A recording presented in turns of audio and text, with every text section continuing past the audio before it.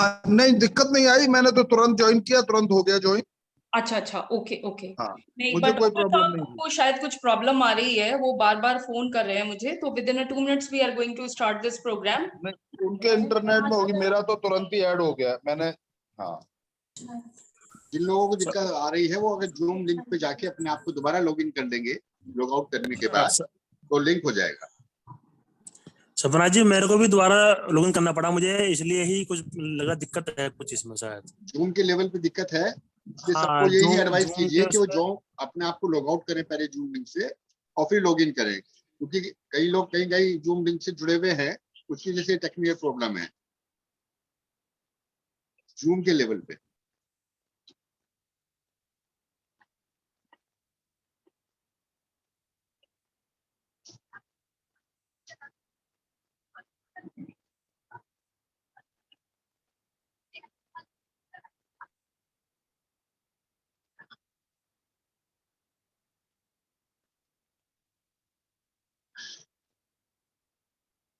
Doctor Poonam, it's a request, जब तक आप जो बाकी के लोग हैं उनका थोड़ा इंट्रोडक्शन शुरू कर दीजिए। I am just trying to do this. Doctor Poonam, yes yes please unmute yourself. I am not okay. नमस्कार आप सभी को। और हमारे साथ हिंदू युवा वाहिनी से भी भाई और बहनें हैं, मधु मित्तल जी हैं, गौरव बंसल जी हैं, अतुल जैन जी हैं, बहुत सारे रिनाउंड लोग हमारे साथ जुड़े हैं। और सबसे बड़ी बात कि हम इस कोरोना महामारी के अगेंस्ट एक साथ एकजुट होकर एक साथ मिलकर कैसे कार्य कर सकते हैं। कोई निराशा वाली बात नहीं, कोई नकारात्मक बात नहीं। हम कैसे इस बीमारी को ठीक करें, इसके अगेंस्ट कैसे जाएं। कहते हैं ना कि शास्त्र कहते हैं अगर आप अपने शत्रुओं का भी बार बार नाम लेते हैं तो आप अपनी ऊर्जा, आप अपनी एनर्जी उनको देते हैं।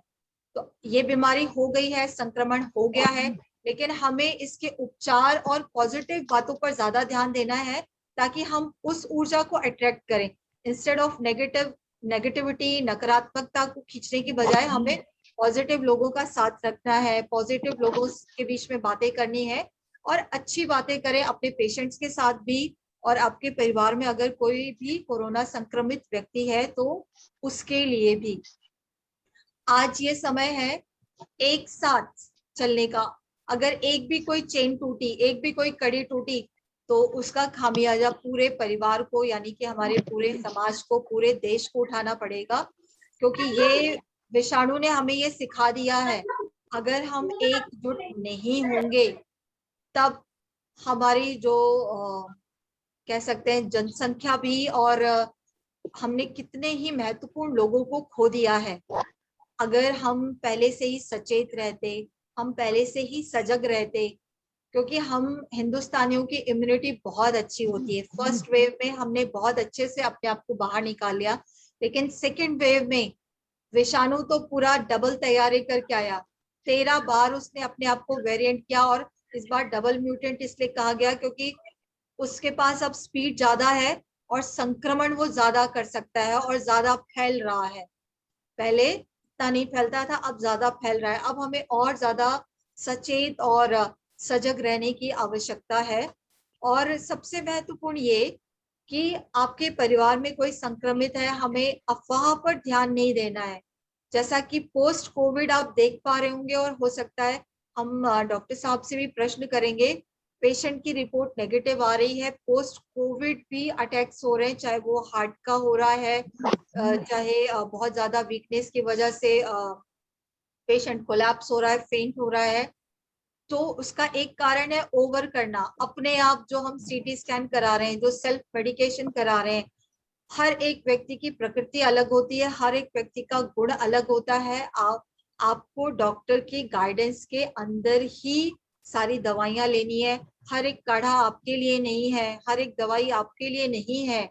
और वैक्सीनेशन हमें जरूर कराना है, ये सच है। आप में से कई लोग कहेंगे हमने रजिस्ट्रेशन तो करा लिया है, लेकिन हमें वैक्सीनेशन के लिए अपॉइंटमेंट नहीं मिला है। तो एटलीस्ट जो एक फर्स्ट स्टेप है कि आप रजिस्ट्रेशन जरूर कराएं। और खुद पॉजिटिव रहें। अगर घर का एक व्यक्ति पॉजिटिव है, आशावान है, सजग है, सतर्क है, तो उससे प्रेरित होके पूरा परिवार और फिर पूरा समाज वो भी आशावान रहता है, निराश नहीं रहता है।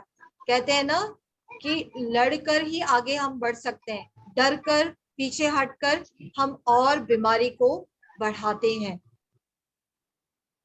तो डॉक्टर सपना, और अभी टाइम है, वी हैव टाइम, या डॉक्टर साहब ने ज्वाइन कर लिया है? Dr. Saab is trying, I think, some technical या glitches. वो लैपटॉप से ज्वाइन कर ले तो He is trying for the same only, and within a 2 minutes he's trying, and we are supposed to starting this program. So I think actually there is some issue might be because of technical things. So I mean बिल्कुल बस शुरू होने वाला है, वो बहुत देर से try कर रहे हैं। अनीता जैन जी भी हमारे साथ जुड़ गए हैं, अनीता जैन जी हैं, और मैं देख पा रही हूँ शिव मित्तल जी भी जुड़ गए हैं। राकेश गुप्ता जी आपका भी स्वागत है, प्रदीप गर्ग जी आपका भी स्वागत है, निर्मला बुधिया जी आपका भी मैं हृदय से स्वागत करती हूँ। आप सभी का हृदय से धन्यवाद। और यदि कोई भी दिक्कत आ रही हो, सीमा जी को भी मैं देख पा रही हूँ, सीमा गोयल जी आपका भी स्वागत है। अब शायद मेरे ख्याल से कोई टेक्निकल प्रॉब्लम नहीं आनी चाहिए, क्योंकि सॉल्व कर दिया वो। शायद हो सकता है उसमें पासवर्ड में वो लोग मांग रहे हैं, तो पासवर्ड आप प्लीज जहां पे भी फॉरवर्ड किया है, पासवर्ड इसका 1 2 3 है, और यदि किसी के में प्रॉब्लम आ रही है तो दोबारा लॉग आउट करके अपना लॉग इन करिए, तो फिर प्रॉब्लम सॉल्व हो जा रही है।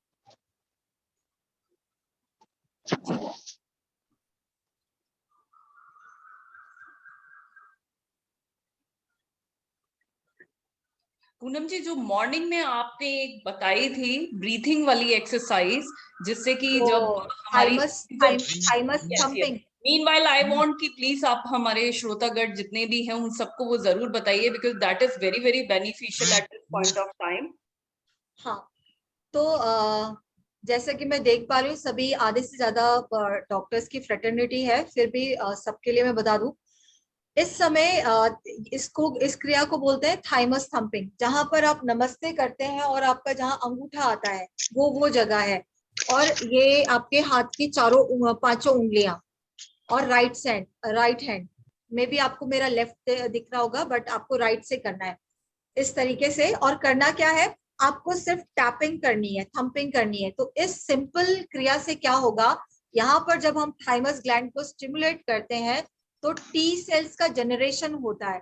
टी सेल्स वो सेल्स होती हैं जो आपकी बॉडी में विषाणुओं से लड़ती हैं, तो टी सेल्स के जनरेशन के लिए ये थाइमस थंपिंग बहुत इंपॉर्टेंट है।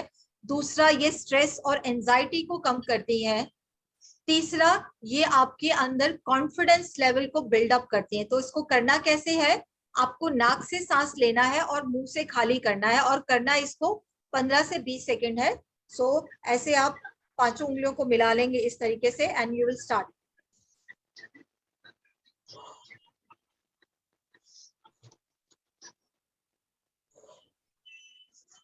बहुत हिट नहीं करना है। अगर आपको थंपिंग लग रहा है कि चोट लग रही है, तो देन यू कैन रब ऑल्सो, आप फिंगर्स को रब भी कर सकते हो।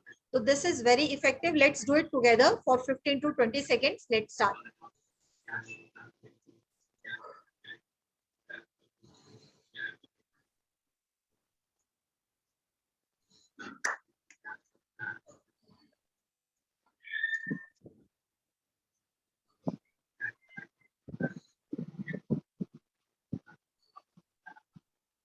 And relax.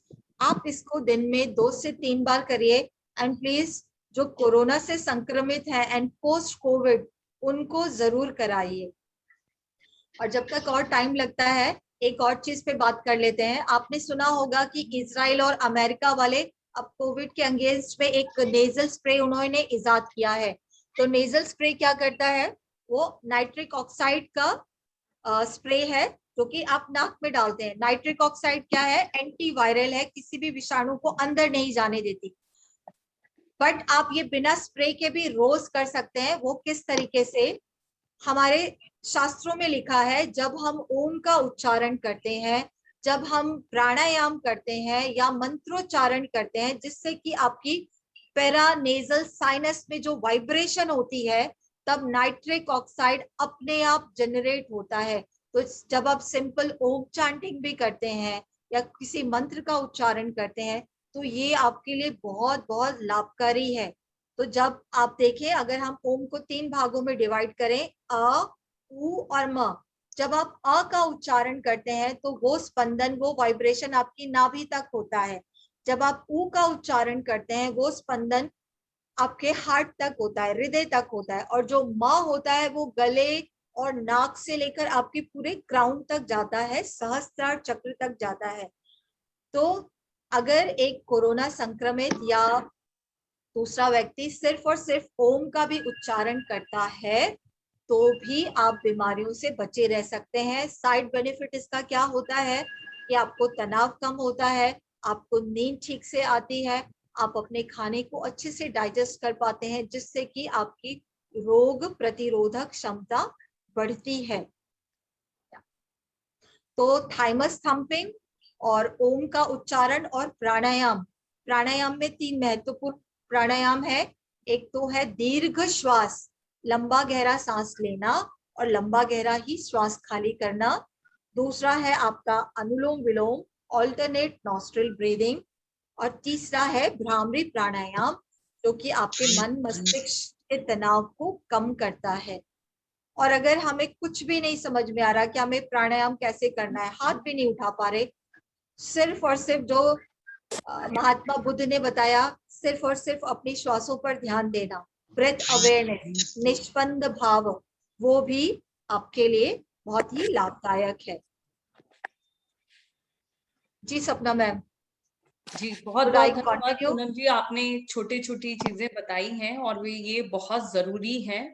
मैं देख रही हूँ कि हमारे साथ में रवि सिंकल जी और रमा गुप्ता जी भी जुड़े हुए हैं, मैं उनका भी स्वागत करती हूँ। अशोक जिंदल जी, आपका भी मैं बहुत बहुत स्वागत करती हूँ।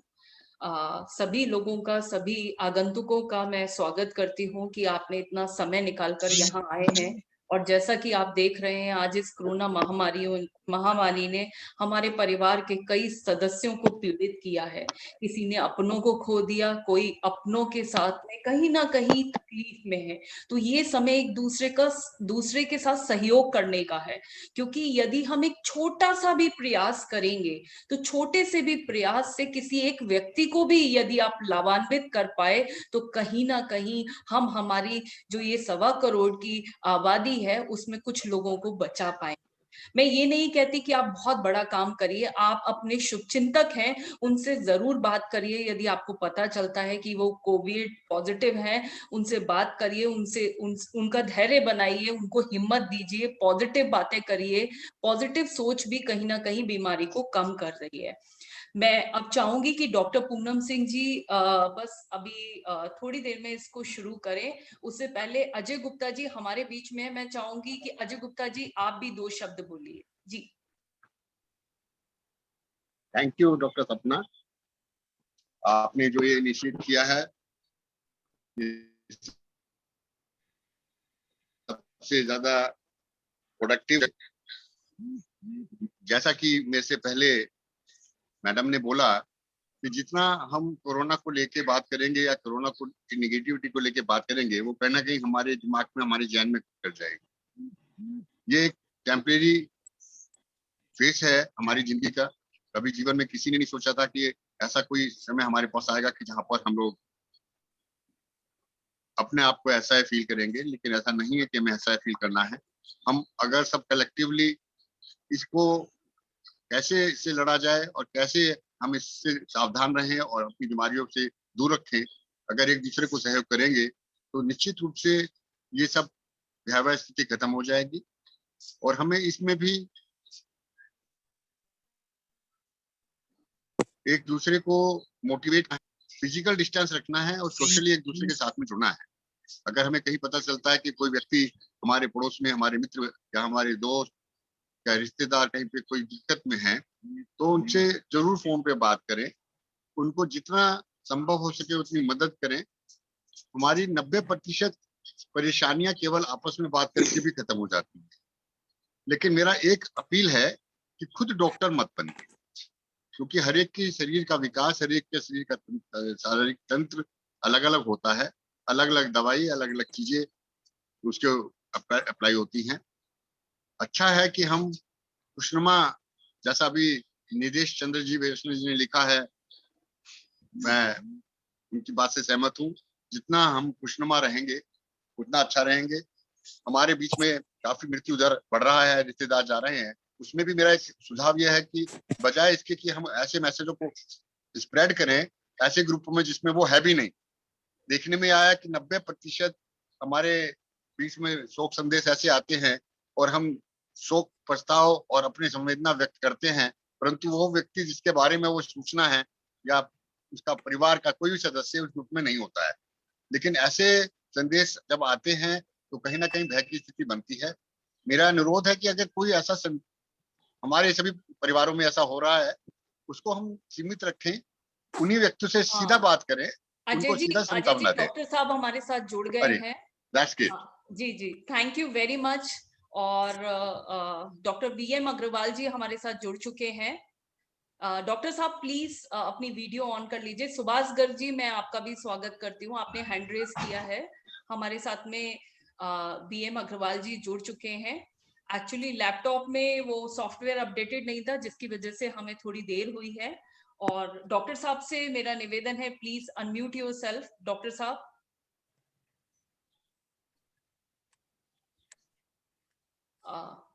Host my request Vivek, please VM Agarwal ji को अनम्यूट कर दीजिए।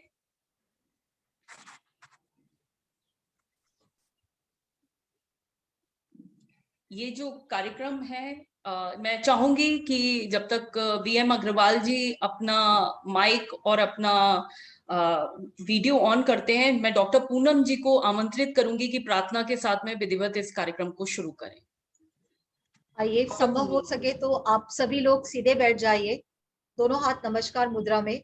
जैसा कि सभी वक्ताओं ने कहा, ये सहयोग का समय है और आज आपकी प्रार्थना सिर्फ अपने लिए नहीं, अपने परिवार के लिए नहीं, पूरे विश्व और समाज कल्याण के लिए होनी चाहिए।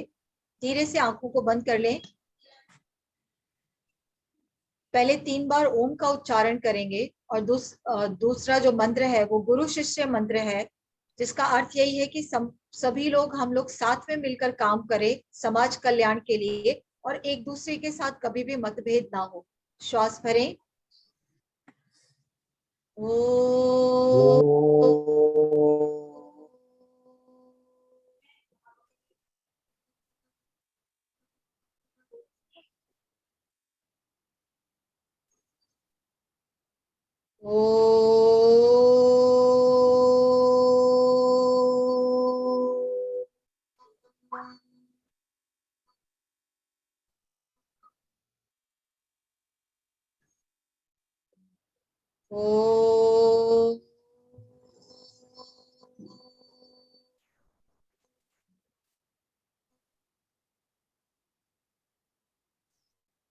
ओम सहना भवतु सहनौ भुनक्तु सह वीर्यं कर्वावहै तेजस्विनावधीतमस्तु मा विद्विषावहै।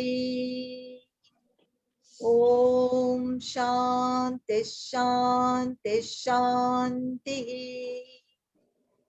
सबका कल्याण हो, सभी निरोगी हो। इसी भाव के साथ इस वेबिनार का शुभारंभ डॉक्टर सपना बंसल जी के द्वारा। बहुत बहुत धन्यवाद, thank you very much.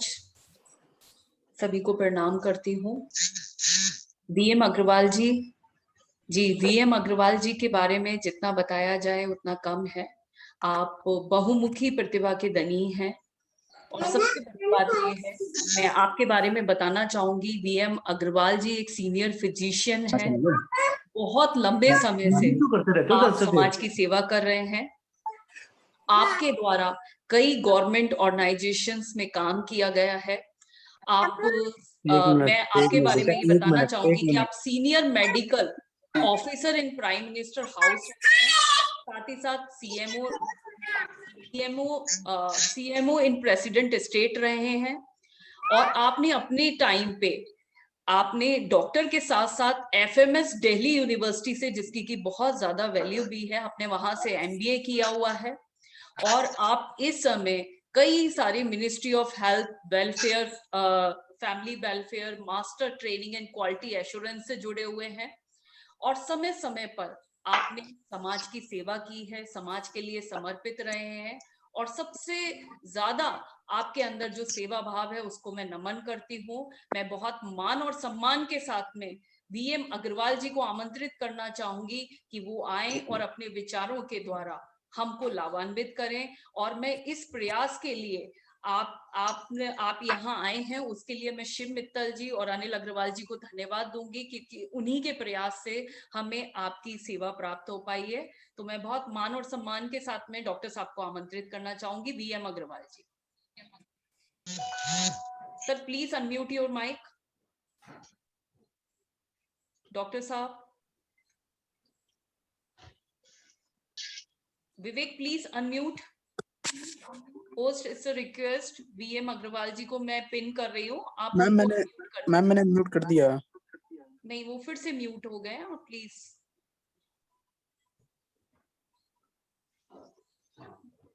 Doctor VM Agarwal ji, please unmute yourself.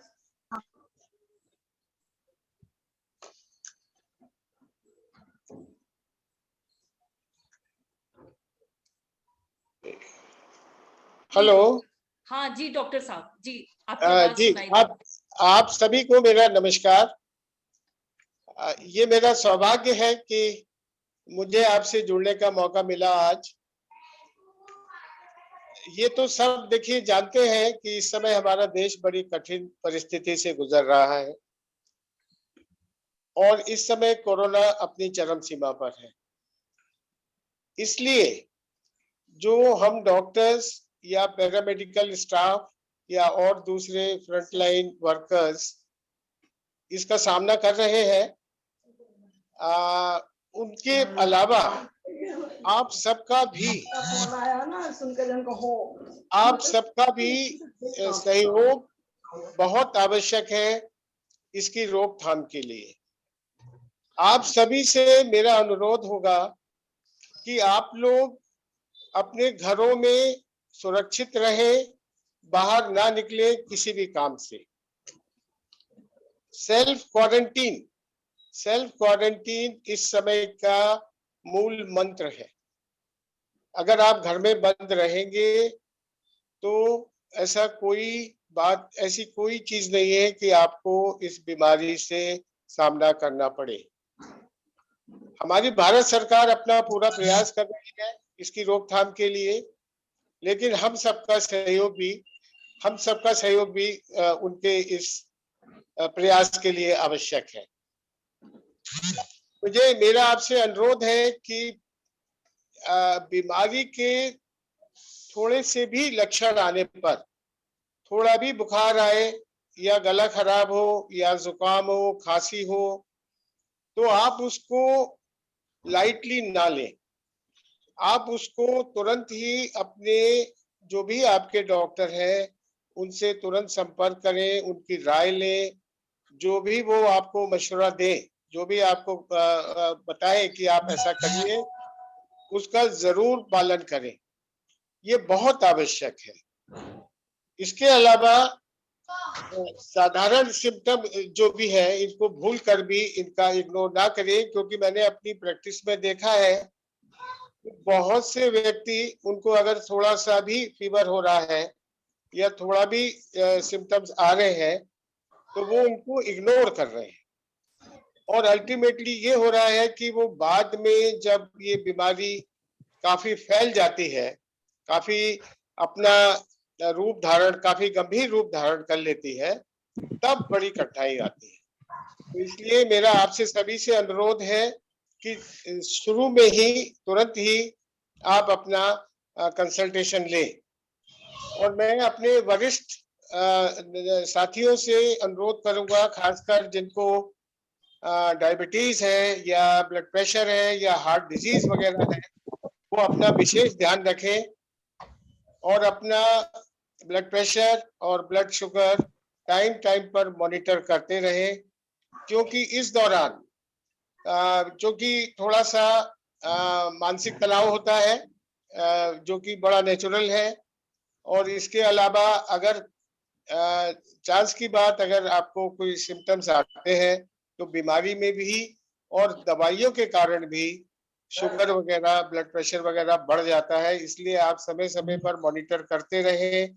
मेरा आपसे अनुरोध है कि अपना ध्यान रखें व सुरक्षित रहें, ये मेरा आपसे आग्रह है। अब आपको अगर कोई मेरे से अपनी समस्या का कोई समाधान करना चाहते हैं, आप कोई आपके मन में ऐसी क्वेरी है जिसको पूछना चाहते हैं, तो जी प्लीज डॉक्टर एक-एक साहब, करके। हमारे साथ में सौरभ गर्ग जी हैं। मैं चाहूंगी अग्रवाल साहब आप अपनी वीडियो ओपन कर लीजिए, आपकी वीडियो ऑफ है। तो डॉक्टर साहब आप अपनी वीडियो ऑफ कर लीजिए। मैं सबसे पहले आमंत्रित करना चाहूंगी सौरभ गर्ग जी को, उन्होंने हैंड रेज किया हुआ है, आप अपना प्रश्न पूछ सकते हैं। सौरभ गर्ग जी।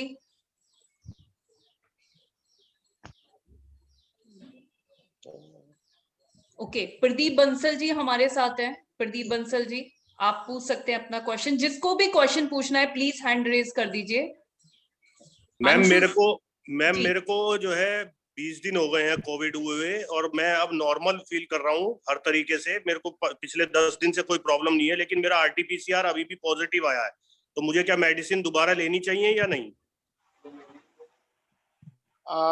देखिए, आपका नाम साहब एक बार बताएंगे आप प्लीज? प्रदीप बंसल, गाजियाबाद से। जी बंसल साहब, देखिए जो वायरस है, जो वायरल का अटैक होता है आपके सिम्टम आने के बाद, करीब 14 दिन के बाद आप बिल्कुल वायरस से छुटकारा पा जाते हैं। जी। उसके बाद अगर आपने आरटीपीसीआर कराया है, इनफैक्ट जो गवर्नमेंट की गाइडलाइंस है वो तो ये भी कहती है कि अगर आप बिल्कुल सिम्टम फ्री हैं, तो और 14 दिन करीब हो चुके हैं, तो आपको इवन दोबारा अपना कोविड टेस्ट कराने की, आरटीपीसीआर कराने की कोई जरूरत नहीं है। जी। लेकिन अगर आपने कराया भी है, उसमें ये होता है कि अगर डेड वायरस का कुछ पोर्शन अगर आपके गले में या आपके नेजल अंदर कैविटी में अगर थोड़ा बहुत कुछ रह भी गया है, और अगर वो जिस समय सैंपल कलेक्ट हुआ और उस जी। समय अगर वो सैंपल के साथ आ गया, तो आपको वो जो पॉजिटिव होता है वो फॉल्स पॉजिटिव, ओके। फॉल्स तो पॉजिटिव डॉक्टर साहब होता है। मेरे को आइसोलेशन में रहने की जरूरत है जी अभी? आपको बिल्कुल जरूरत नहीं है। और आप इसके अलावा अपने डॉक्टर, जो भी आपके अटेंडिंग फिजिशियन है, आप उनसे भी कंसल्ट इस बारे में करें। और अपना जो दूसरे पैरामीटर्स हैं, जैसे सीआरपी है, डी डाइमर है, उनको वो भी ओके है डॉक्टर साहब मेरे, बिल्कुल। अगर ये सब नॉर्मल है तो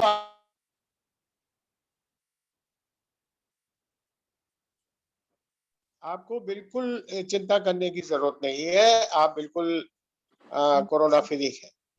ओके, थैंक यू डॉक्टर साहब।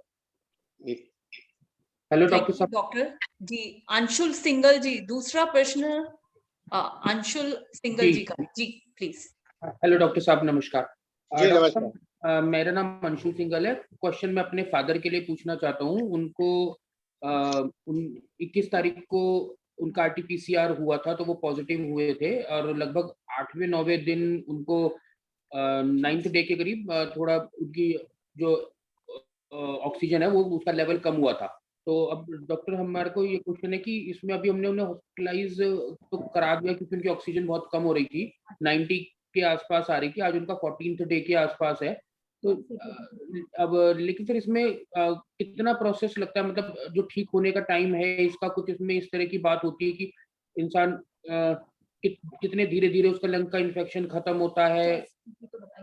उनका चेस्ट सीटी सर उस टाइम 15/25 आया था, 8th डे पे जब कराया था। जी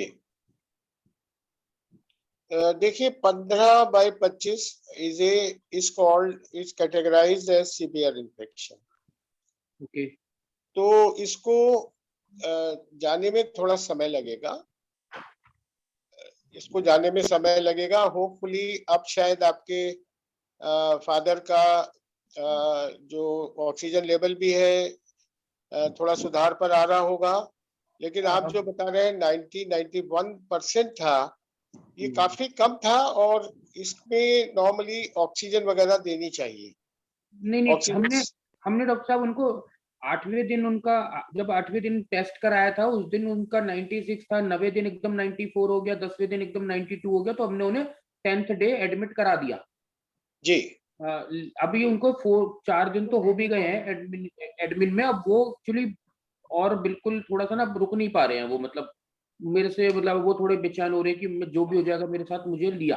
अब मैं सर थोड़ा सा ये समझना चाह रहा हूँ कि इसमें रिकवरी लगभग हमें ज्यादा पता नहीं चल पा रहा अपने हॉस्पिटल से कि कितने दिन अभी और लगेंगे। अंदाजन की 15/25 का जो एक स्टेज होती है, एज उनकी ज्यादा है, 68 ईयर्स के हैं और very pre kind of diabetic भी है, मतलब अभी डायबिटीज कभी थी नहीं, बस थोड़े दिन पहले ही एक बार उनकी डिटेक्ट हुई थी 7 A1C वैल्यू जो थी 7 आई थी, वैसे कभी आती नहीं थी उनकी मॉर्निंग वाली। तो अब ये उनकी करंट स्टेटस है। तो सर इसका मतलब हमें अब तक ये नहीं पता कि डॉक्टर वहाँ करते क्या है, मतलब इनका धीरे धीरे इन्फेक्शन कम करेंगे या इसका जो हॉस्पिटल में इलाज होता है वो होता क्या है, मतलब उनको 3-4 दिन रख के जो कर रहे हैं या आगे भी करेंगे, तो वो थोड़ा सा आप बताइए जरा, अगर क्या कुछ हमारी।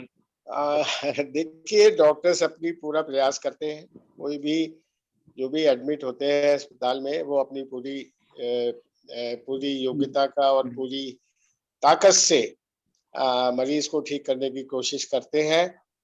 और आपका जैसे आपने बताया 15/25 है और ऑक्सीजन लेवल भी 90-91 आ गया था, तो डेफिनेटली आपने एडमिशन करके बिल्कुल सही निर्णय लिया। और हॉस्पिटल में एक डेफिनेट लाइन ऑफ ट्रीटमेंट है, उसको वो अडॉप्ट करते हैं और हर चीज, हर पैरामीटर को मॉनिटर करते हैं टाइम टू टाइम। जरूरत पड़ती है तो पहले सिर्फ सिंपल ऑक्सीजन देते हैं, अगर उससे रिकवरी कम हो रही है तो बाईपैप या सीपैप अंडर फोर्स ऑक्सीजन देते हैं और सभी कोई पैरामीटर्स करते हैं। और देखिए, लाइन ऑफ ट्रीटमेंट अगर मैं आपसे डिस्कस करूं कि रेमडेसिविर देते हैं या डेक्सामेथासोन के इंजेक्शन देते हैं, उससे आपको कोई खास वो नहीं होगा, लेकिन एक डेफिनेट ट्रीटमेंट गाइडलाइंस है, उनको पूरा इस बात का नॉलेज है कि क्या ट्रीटमेंट देना है। और लेकिन यस, आपको थोड़ा बहुत मेरा क्वेश्चन थोड़ा वो था कि लगभग मतलब रिकवरी टाइम एक क्या होता है, क्योंकि आपके डॉक्टर्स कुछ तो फीडबैक दे रहे होंगे कि उन्होंने अभी तो सर ये बोला है कि बेटा ठीक हो जाएंगे पापा, लेकिन टाइम लगेगा, बस ये वर्ड। हाँ, बिल्कुल ठीक है। तो इसका मतलब ये है कि उनकी कंडीशन स्टेबल है, रादर इम्प्रूव हो रही है और सबकी दुआएं काम आएंगी और आपके पिताजी जरूर ठीक होंगे। ठीक है डॉक्टर। और डॉक्टर साहब एक साथ में क्वेश्चन अगर और अलाउ करें तो, वो मम्मी के लिए, एक्चुअली मम्मी की सीरियस उतनी कंडीशन नहीं थी, तो इसलिए मैंने पहले पापा से रिलेटेड क्वेश्चन पूछ लिया था।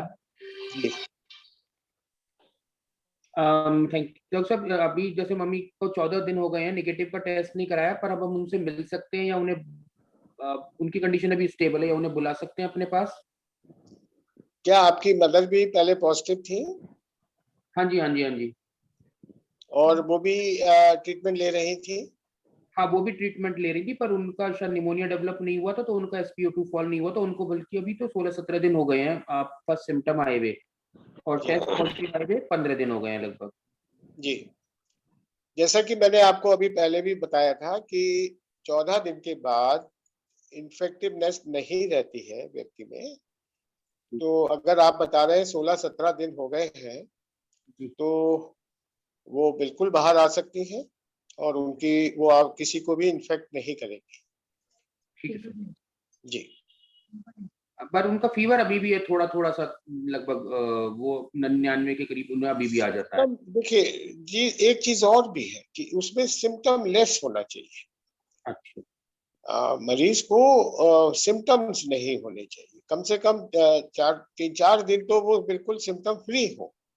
अगर उनको फीवर है तो आप अपने फिजिशियन से कंसल्ट करिए और जब वो सिम्टम फ्री हो जाए उसके बाद ही फिर आपको बाहर आना अलाउ करिए, क्वारंटीन में ही रखिए। ठीक, ओके, थैंक यू। जी जी, आप अपना क्वेश्चन पूछ सकते हैं, अनम्यूट कर लीजिए आपने। जी डॉक्टर मैं अनुज गुप्ता बोल रहा हूँ। जी गुप्ता साहब। हाँ सर, मेरी एज 45 है जी और मैं बीपी की, ब्लड प्रेशर की मेडिसिन खा रहा हूँ। मेरा बीपी हाई रहता है, टेलीमास्टिन 10 एंड सिप्लाडाइन 40। जी अब जैसे शुगर के लिए सब बोल रहे हैं, तो जैसे शुगर पे हम काफी कंट्रोल करने की कोशिश कर रहे हैं सर। जी तो अगर शुगर खाने में कम करते हैं तो शाम के टाइम, मतलब आफ्टर डिनर, फिर इतना वीकनेस महसूस होती है तो 3-4 चम्मच शुगर की, चीनी की खानी पड़ती है सर। जी जी। तो इसके लिए क्या किया जाए, कुछ हेल्प कर सकते हैं सर आप? नहीं, क्या आपको शुगर की भी बीमारी है? शुगर मैंने सर टेस्ट नहीं कराया अभी तक कभी। देखिए, अगर आपको शुगर की बीमारी नहीं है, जी सर। प्रूव्ड नहीं है, कभी आपने अपना ब्लड शुगर कराया हो और वो कभी भी बढ़ा पाया नहीं गया है, जी तो आपको कोई भी ऐसी चीज ना करें कि आप, देखिए आपको बैलेंस डाइट तो लेनी है, जी सर।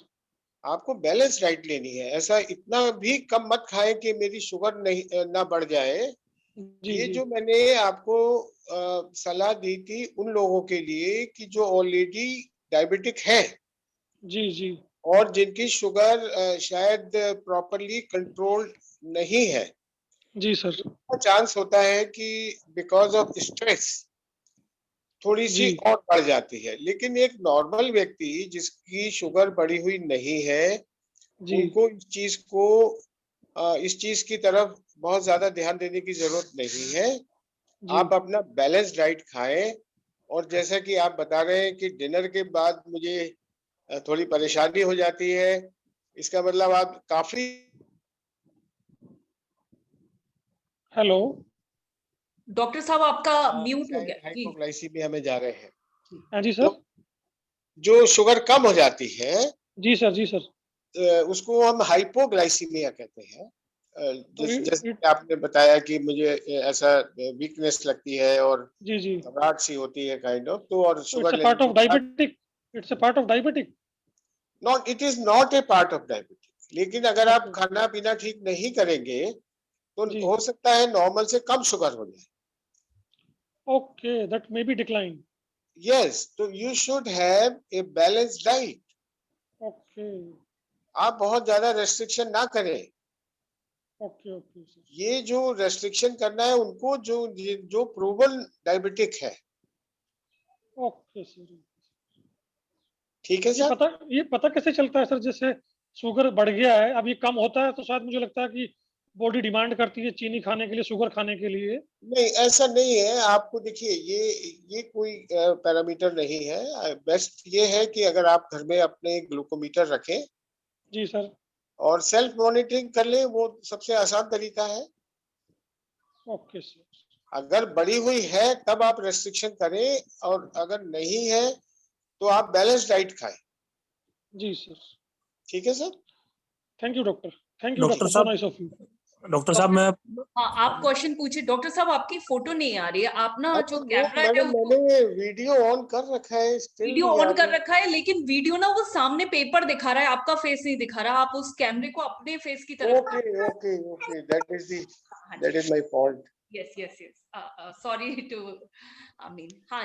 हाँ डॉक्टर साहब, मेरा नाम प्रदीप गर्ग है। जी। हेलो। अच्छा, मैं डायबिटिक भी हूँ, करीब जो है 7-8 साल से डायबिटिक हूँ मैं। अच्छा, अभी मेरा पूरा परिवार कोरोना पॉजिटिव हो गया था। अब मेरी हम सबकी रिपोर्ट तो नेगेटिव आ गई है, जी। लेकिन जो मेरा शुगर लेवल है वो करीब जो है रैंडमली नापा था मैंने, 300 के आसपास चल रहा है। हम्म। और मैं जो गोली खा रहा हूँ टेनिफिट 20 है और ट्राइग्लाइंस 2 mg की है, सुबह शाम खा रहा हूँ मैं ये 2 गोली। हम्म। कुछ फर्क नहीं पड़ा शुगर में। हम्म। तो सब कुछ बताएंगे मतलब इसके लिए, मतलब कैसे गोली चेंज करूँ या कैसे मतलब?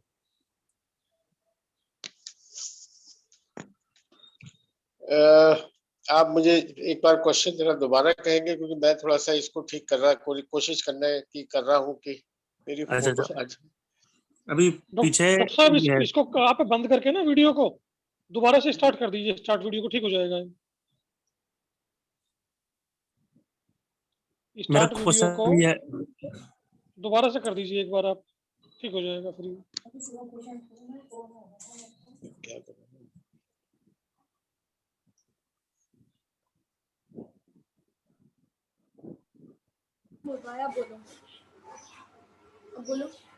बोलूं डॉक्टर साहब, क्वेश्चन बोलूं जी? फोटो नहीं आ रही आपकी बिल्कुल भी। अपना जी डॉक्टर साहब की फोटो को जरा देखिएगा। हाँ, वो डॉक्टर साहब इतना गैजेट फ्रेंडली नहीं है, और आप समझ भी रहे हैं कि इस समय हमारे देश में चलो डॉक्टर बिना बिना फोटो के आंसर दे देंगे, चलो वो सही। जी जी, आप मेरी आवाज सुन पा रहे हैं? डॉक्टर साहब, हाँ, डॉक्टर साहब एक बार एग्जिट हो गए हैं शायद, वो मैं दोबारा अभी कनेक्ट हो जाएंगे, अभी फिर वीडियो आ करेक्ट। जाएगी उनकी। हाँ जी, आपके जो क्वेश्चंस हैं आप उन्हें चैट बॉक्स में भी लिख दीजिए। और हमने ये भी शुरू किया है, मैं आपको बताना चाहूंगी कि जी। हमारे जितने लोगों के क्वेश्चंस यहाँ पे हो पाए, मैं आप सबको बताना चाहूंगी। हमने कल बात की हुई है, कल हमारे साथ में आपके यशोदा हॉस्पिटल से रहेंगे, परसों मेदांता हॉस्पिटल से डॉक्टर हमारे साथ में हैं। और मैं आपको बताना चाहूंगी कि कैलिफोर्निया फ्लोरिडा से भी बात हो गई है। उसके बाद में फ्राइडे सैटरडे संडे 3 दिन हमारे पास में वहां से डॉक्टर्स रहेंगे और डिफरेंट टॉपिक्स पे वो बात करेंगे। कुछ चाइल्ड स्पेशलिस्ट भी हैं, क्योंकि बच्चों को बहुत ज्यादा इस समय कोरोना हो रहा है, उससे रिलेटेड भी हैं। कुछ गाइनीज हैं जिनको कि क्योंकि इस समय आप देख रहे हैं कि जो प्रेग्नेंट लेडी हैं उनको यदि कोविड हो जाता है तो दिक्कत है, तो इस सब से रिलेटेड है। हमारे साथ जी अग्रवाल साहब जुड़ गए हैं। हाँ जी डॉक्टर साहब। जी डॉक्टर साहब।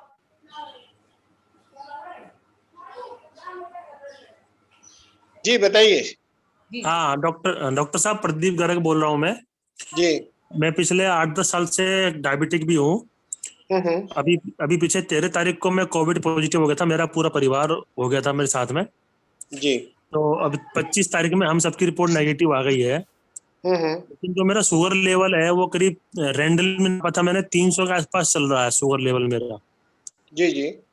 और मैं दवाई जो खा रहा हूँ वो है टेनिफिट 20 और ट्राइग्लिसराइड 2 mg की गोली सुबह शाम खा रहा हूँ।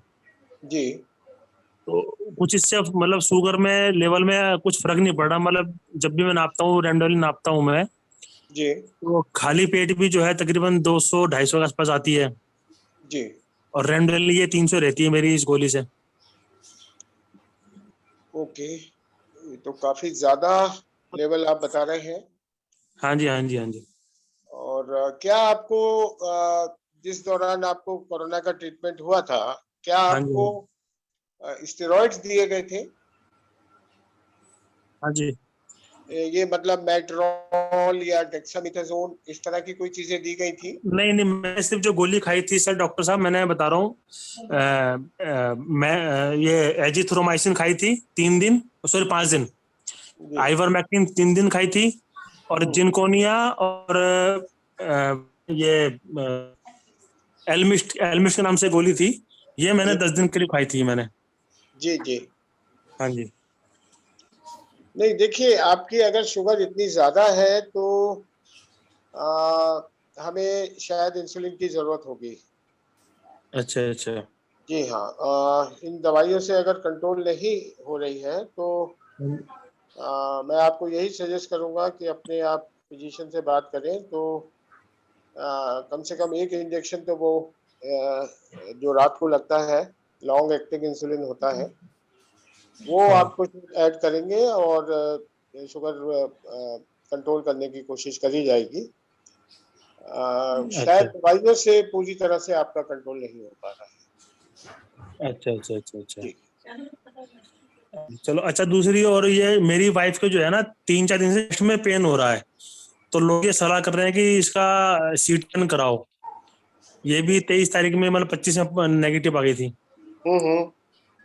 बुखार भी इनका 99-100 चल रहा है, 99 का भी 100 आता है। और चेस्ट में पेन हो रहा है इनके, और खांसी भी ऐसे। तो आप इनको अपने डॉक्टर से कंसल्ट कर रहे हैं? हाँ, डॉक्टर से कंसल्ट करा था, उन्होंने कहा था कि ऐसी कोई दिक्कत नहीं है, वो थोड़ा बहुत रहता है, लेकिन चेस्ट में पेन कम नहीं हो रहा, चेस्ट के अंदर पेन इसके रह रहा है अभी इसको। ओके, नहीं ये तो देखिए इसमें प्रॉपर ट्रीटमेंट और प्रॉपर इन्वेस्टिगेशंस की जरूरत है। आपको अपने वाइफ का मेरा अपना सुझाव है कि आपका HRCT के कराया गया है उनका? नहीं, कराया नहीं है, लोग मतलब रिकमेंड कर रहे हैं, तो मैं ये पूछ रहा हूँ कराऊं इसका। लेकिन आप लोगों की बातों पे मत जाइए, आप डॉक्टर से ही बात करिए। शायद वो लेकिन इसमें आपका अगर इस तरह का है तो HRCT टेस्ट होना चाहिए, और साथ में जो एसेंशियल इन्वेस्टिगेशंस हैं जैसे CBC है, CRP है, D डाइमर है, IL-6 है, इस तरह की इन्वेस्टिगेशन जरूर होनी चाहिए, और अगर उनमें कोई कमी आती है तो उस चीज को फिर ट्रीटमेंट करना चाहिए। ठीक मेरा आपको सलाह यही है कि आप दोबारा अपने डॉक्टर साहब को कंसल्ट करें और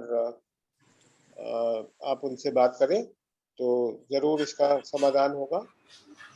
डॉक्टर साहब, मेरी वाइफ को एज है 42 और इनका जी। BP 56 और 95 हो जाता है सर। जी। तो ये क्या थायराइड की दिक्कत है इनको? थायराइड की वजह से ऐसा हो रहा है सर, या ये डेंजरस है? जी नहीं, थायराइड कभी भी इस तरह हाइपोटेंशन नहीं करती है या ब्लड प्रेशर कम नहीं करती है जी। सिर्फ यही हो सकता है कि शायद कुछ इलेक्ट्रोलाइट्स वगैरह की कमी हो। आप थोड़ा सा इंश्योर करिए कि वो प्रॉपर सॉल्ट ले, ORS ले, शुगर नहीं है तो ORS वगैरह ले। नहीं, शुगर नहीं है, ORS। अच्छा, ठीक है। ORS वगैरह ले, और नींबू पानी ले जिसमें नमक हो। जी सर। लिक्विड्स ज्यादा ले, मतलब लिक्विड्स है, मेरा मतलब पानी से नहीं है, लिक्विड्स है। लिक्विड्स का मतलब जैसे कोकोनट वाटर है जिनमें सभी इलेक्ट्रोलाइट्स होते हैं। नींबू पानी ले, उसमें भी सोडियम क्लोराइड, नमक हो जाएगा तो उसमें सोडियम क्लोराइड रिप्लेनिश होगा। जी। इसी तरह शिकंजी बना के दें, ORS वगैरह दे, प्लेंटी ऑफ इट। और दूसरा आप उनको देखिए, उनका हीमोग्लोबिन तो कम नहीं है। हीमोग्लोबिन तो ठीक है सर। ठीक है, तो बस तो आप ये इन चीजों पे ध्यान दीजिए, और ब्लड प्रेशर अपने आप ठीक हो जाएगा 5-7 दिन में ही। एक्चुअली लाइफ में स्ट्रेस काफी हो गया, मेड बंद हो गई है। जी। कपड़े काफी धुल रहे हैं और प्रेस भी घर में, तो उससे स्ट्रेस लाइफ में बहुत ज्यादा हो गया है। जी हाँ, स्ट्रेस हो गया है, सभी को हो गया है, आपको भी हो गया है। जी सर। लेकिन इसका आपको और हमें थोड़ा सा हिम्मत से मुकाबला करना है। जी सर। और आपको जैसा मैंने बताया कि गृहिणी होने के नाते उनके ऊपर थोड़ा ज्यादा काम का प्रेशर होगा। जी सर। जी सर। तो उनको आप कोशिश करें कि ज्यादा थोड़ा सा उनका खाने पीने का और ये जो मैंने आपको बताया लिक्विड्स वगैरह का ध्यान रखें, तो ये जरूर ठीक होगा। हेलो सर, दीप्ति बोल रही हूँ मैं। हाँ। Hello sir. हाँ जी दीप्ति जी, आप मैम मेरा 11 तो मैं देख पा रही हूँ चारू गोयल जी क्वेश्चन पूछेंगी, then after that CA Shaili Garg ji question पूछेंगी। जी हाँ सर, मैं बोलूँ? जी। हेलो जी।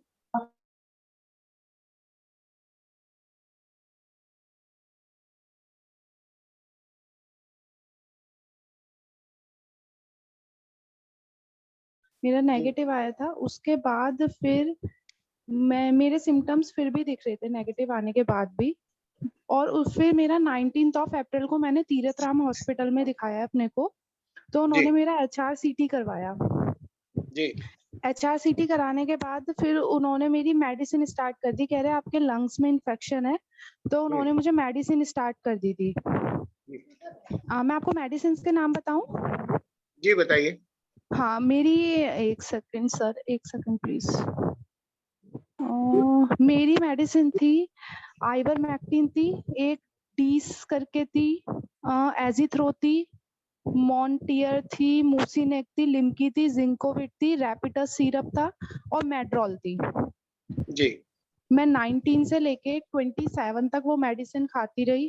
फिर मैं 29 को अभी दिखाने गई थी सर। उसके बाद और मेरे टेस्ट भी काफी हुए थे। जी मैं सीबीसी हुआ था और क्या बोलते हैं सीआरपी मेरे हुआ था, डी डाइमर हुआ था, हाँ हाँ IL6 हाँ हुआ। जी जी जी मेरे वाले LDH वगैरह सारे टेस्ट हुए थे।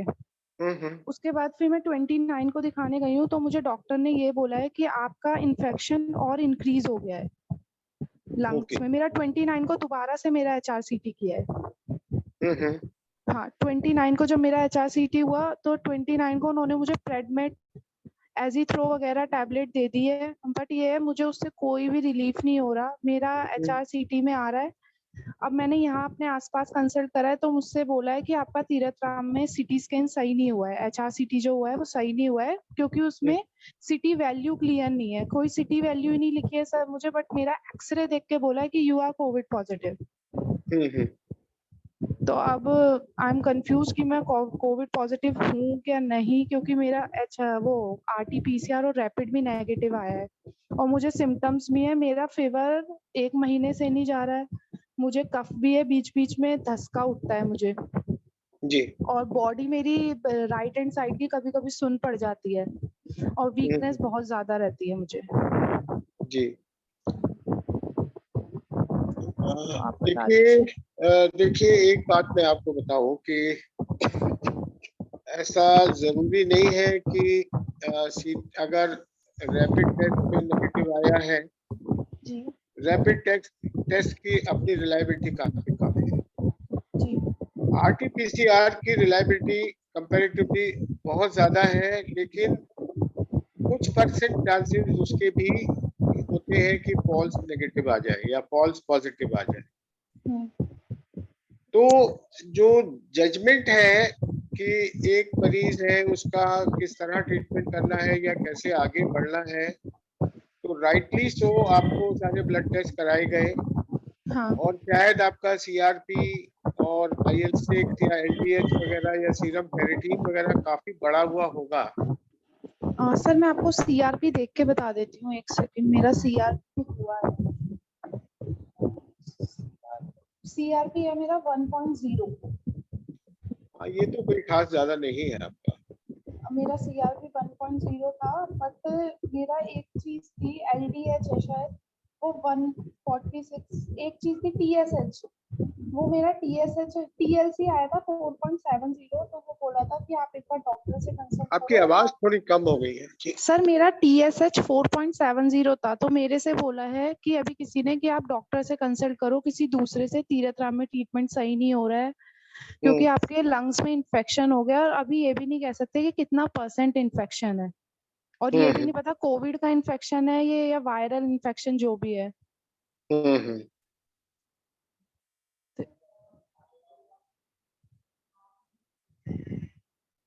डॉक्टर मुझे साहब आपका अपनी आपकी सारी आवाज रिपोर्ट पर भेज दीजिएगा। आप मुझे आपके अपनी पास मुझे भेज हेलो दीजिएगा, मैं उनको सारी जांच कर लूंगा और मैं जी अकॉर्डिंगली आपको कुछ एडवाइस कर पाऊंगा। सर मुझे आपकी रिपोर्ट्स भेजनी कहाँ पे है, आपका कोई नंबर वगैरह बता दीजिए मुझे या कोई मेल मेरा करना नंबर आप नोट कर लीजिए। या श्योर मैं आप प्लीज बोल दीजिए। 971 971 89 89 34 सॉरी 34 या 34 880। 880। ठीक है सर, मैंने आपको आप इस सभी नंबर जितनी HRCT की रिपोर्ट्स हैं, जो भी आपकी ब्लड की रिपोर्ट्स हैं, जो आपकी जो आपने ट्रीटमेंट वगैरह आपको दिया गया है, मुझे सारे जी डिटेल। आपका नाम क्या है मैडम? सर मैं दीप्ति कंचन बात कर रही हूँ, but I want clear one thing कि जी मुझे ये बोला है कि मेरा HRCT ना सही नहीं हुआ है, उसमें तो बिल्कुल कुछ प्रॉब्लम ही नहीं दिखा रहा है। आप मुझे HRCT की भी फिल्म भेज दीजिएगा। आपको एक्सरे भेजना है या वो पेज भेजना है पेपर? मुझे दोनों चीजें भेज दीजिएगा। उसकी जो फिल्म है HRCT की, जी जी उसका भी फोटो खींचकर, और जो रिपोर्ट साथ में अटैच है वो भी। ओके सर ठीक है, मैं मैं आपको अभी उसका देखिए ठीक से ही, अब इतना ज्यादा थोड़ा सा आपका थोड़ा सा मुझे कॉम्प्लिकेटेड लगता है। हाँ तो जी। इतना सारी चीजें बिना प्रॉपर देखे और करके बताना बड़ा मुश्किल होगा। तो मैं आपको वैसे आपका देख के मैं गेट बैक टू यू। आप अपना नाम यस उसमें जरूर लिख दीजिएगा। श्योर डॉक्टर सर, मैं साहब अपना आपको नंबर अभी चाहिए दोबारा 5 जरा। मिनट्स में कर देती हूँ। डॉक्टर साहब ओके नमस्कार, सर। आपका नंबर चाहिए दोबारा जरा। मेरा नंबर है 971 971 89 जी सर। 34880। ठीक है sir, thank you sir. Doctor साहब सपना, हेलो Yes, डॉक्टर yes. सपना, ये अशोक जिंदल, सॉरी। मेरी सबसे निवेदन है, प्लीज बाकी लोग अपने माइक को म्यूट कर लीजिए।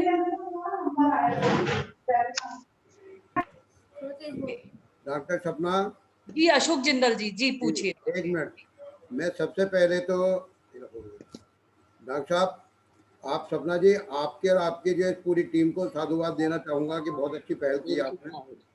साथ में डॉक्टर साहब अग्रवाल साहब ने अपना जो इतने बड़े सीनियर डॉक्टर होने के बाद सब जवाब दे रहे हैं, उसके लिए साधुवाद। मेरी डॉक्टर साहब आपसे एक क्वेश्चन है। जी साहब। डॉक्टर साहब, मेरे कई पेशेंट इस महामारी में आ चुके हैं और जा भी चुके हैं, तो मुझे जो सबसे बड़ा पैनिक हो रहा है वो ये हो रहा है कि अंदर हॉस्पिटल में जब एडमिट हो रहा है पेशेंट, तो उसके संग कुछ व्यवहार इतना कितना गंदा रहता है कि वो तीसरे दिन चौथे दिन से ही कहने लगता है कि मुझे यहाँ से निकाल लो। और आज सिचुएशन ये है डॉक्टर साहब कि उसको हम पेशेंट को किसी भी सूरत पे दूसरे हॉस्पिटल में एडमिट ही नहीं करवा पाए। ऐसे 2 केस हमारे साथ हो चुके हैं, दोनों ही एक्सपायर हो चुके हैं। तो मेरी बड़ी आपके दिल से और उससे आपसे निवेदन है कि इस प्रकार का जो पैनिक पेशेंट में अंदर हो रहा है, वो क्या वजह है कि अंदर जो है पेशेंट का कोई ध्यान नहीं रखा जा रहा। तो मैं रिक्वेस्ट करूंगा आपसे, इस पे में हम किस तरीके से अपने पेशेंट को हैंडल करें, किस तरीके से चेक करें, ये बहुत बड़ी समस्या आ रही है। अभी भी 2 पेशेंट हैं जो इसी बात से परेशान है, और वो कहते कहते यही एक्सपायर हो गए कि हमें यहाँ से निकाल दो, नहीं तो यहाँ तो हम मर जाएंगे। तो मेरी रिक्वेस्ट है आपसे, इसमें थोड़ा सा प्रकाश सभी के लिए डालिए। एक बहुत बड़ी समस्या है, कहीं जगह नहीं मिल रही है, कहीं हॉस्पिटल में ऑक्सीजन नहीं मिल रही है, कहीं दवाई नहीं मिल रही है, दवाइयाँ नकली मिल रही हैं, इंजेक्शन जो है नहीं दिए जा रहे, पानी के इंजेक्शन दे देते हैं, इंजेक्शन 90-90 हज़ार का हुआ दिया जा रहा है। मेरी हाथ जोड़ के रिक्वेस्ट आपसे कि इस पर थोड़ा सा हमको गाइड करें, हम किस तरीके से, हम लोग बहुत ही परेशान हैं।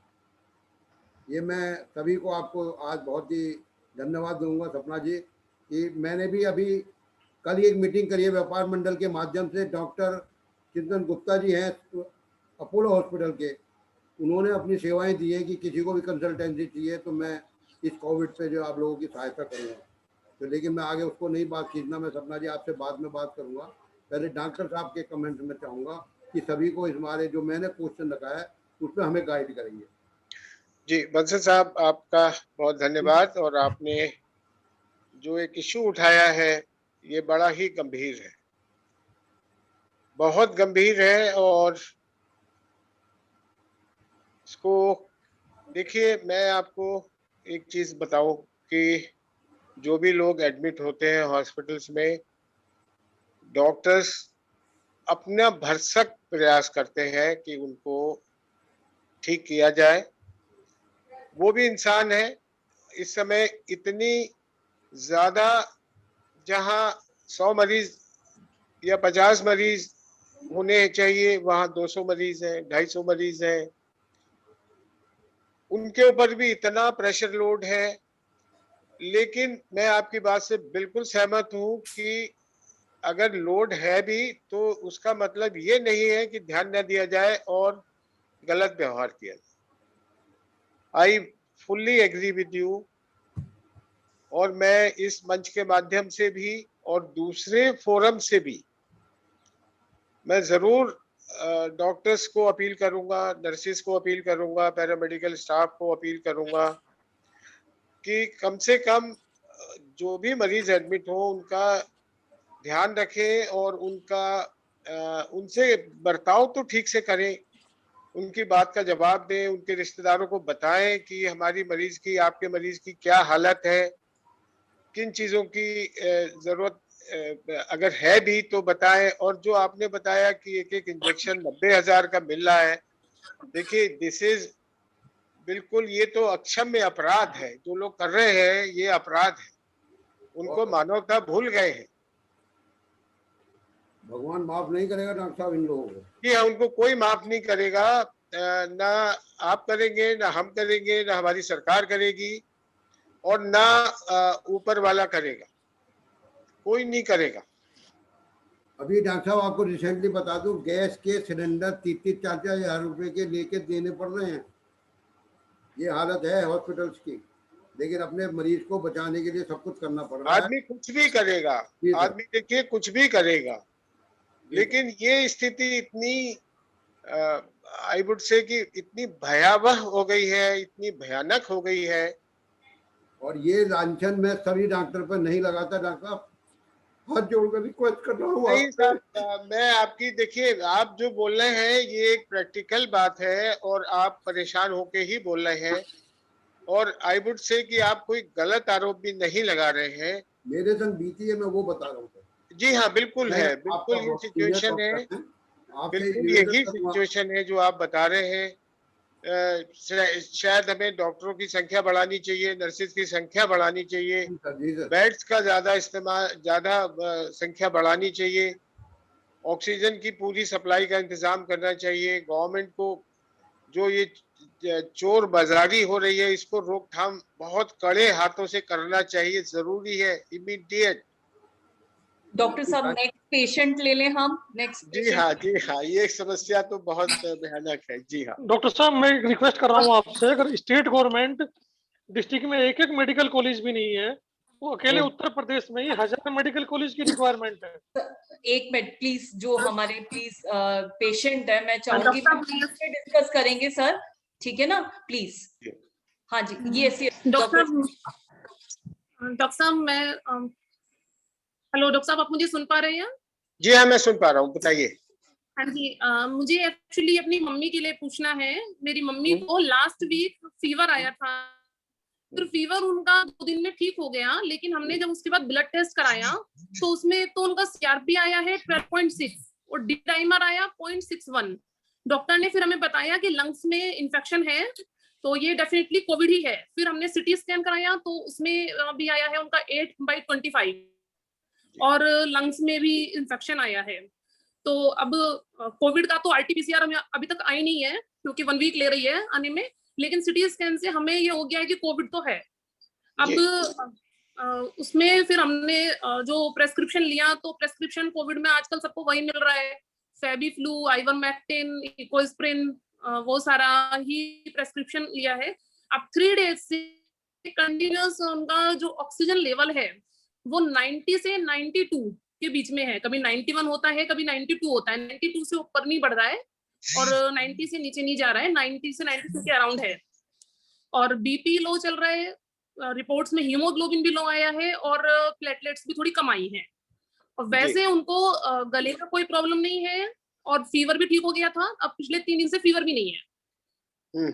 तो इस केस में अब जो हमारी मेडिसिन है, जो हमने ये सारा प्रेस्क्रिप्शन है, हम खाली ये सारी मेडिसिन ही चलाते रहे, या हमें किसी ने बोला है कि आप पल्मोनोलॉजिस्ट से कांटेक्ट करो और वो इंजेक्शंस वगैरह लगाएंगे, उससे रिकवरी फास्ट होगी, वरना पूरा चांस है कि ऑक्सीजन शायद एकदम मतलब फॉल भी कर सकती है।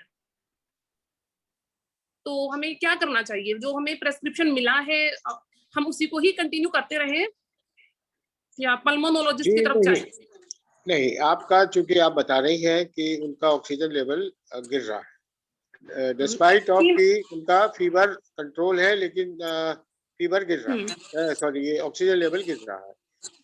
3 दिन से उतना ही है, 92 पर ही है लास्ट 3 डेज से। तो आई थिंक कि जो आपका प्रेस्क्रिप्शन है उसमें स्टेरॉइड्स भी जरूर होंगे। हाँ जी, सब है उसमें, मोंटेकेल्सी, मैथिलप्राइड, इकोस्प्रिन, क्लैरिबिड, फेबीफ्लू। नहीं, ये प्रेडमेट या मेड्रोल वगैरह कुछ है? मेड्रोल की जगह उन्होंने वो मैथिलप्राइड दी है, जो हमें मार्केट में विनलीफ के नाम से मिली है बल्कि। जी जी, तो आई वुड सजेस्ट देखिए, आप किसी पल्मोनोलॉजिस्ट से कंसल्ट कर लीजिए, लेकिन मेरा अपना आपका व्यक्तिगत राय ये है कि जब तक आप पल्मोनोलॉजिस्ट से कंसल्ट करें उसके पहले इनको आप नेबुलाइज करिए। नेबुलाइजर हमने स्टार्ट कर दिया कल से। ब्यूटी कॉर्ड से आप 1 मिलीग्राम ब्यूटी कॉर्ड से 2 से 3 बार या इवन 4 बार इनको नेबुलाइज डॉक्टर साहब शायद आपका नेटवर्क डिस्टर्ब हो रहा है बीच बीच में। अच्छा ओके, आपको मेरी आवाज क्या नहीं आई? एकदम बीच बीच में थोड़ा सा बीच में ब्रेक हो जाती है बीच बीच में। ओके, तो ब्यूटी मुझे अभी इतना समझ में आया है नेबुलाइजर देना है ब्यूटी कॉर्ड डाल के। ब्यूटी कॉर्ड डाल के, जी हाँ, 1 मिलीग्राम 1 मिलीग्राम।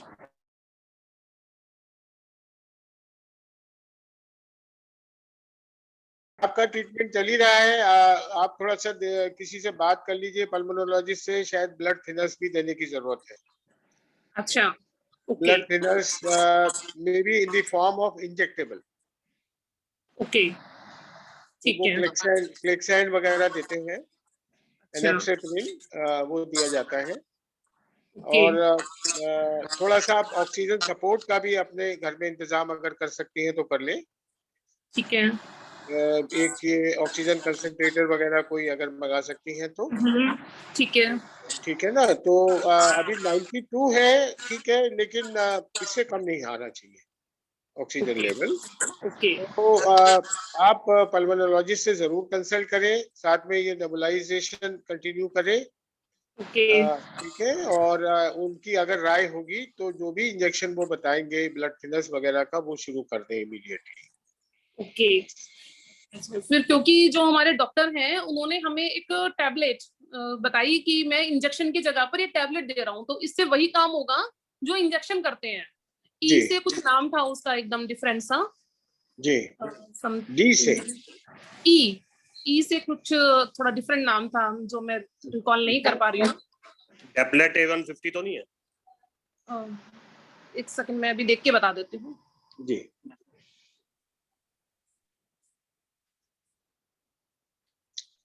लेकिन इसमें हमारे लिए अलार्मिंग पोजीशन है या नहीं है? जैसे हमें डॉक्टर्स ने तो बोला है कि इतना अलार्मिंग पोजीशन नहीं है, आप टैबलेट्स देते रहो और इसी से ठीक हो जाएगा।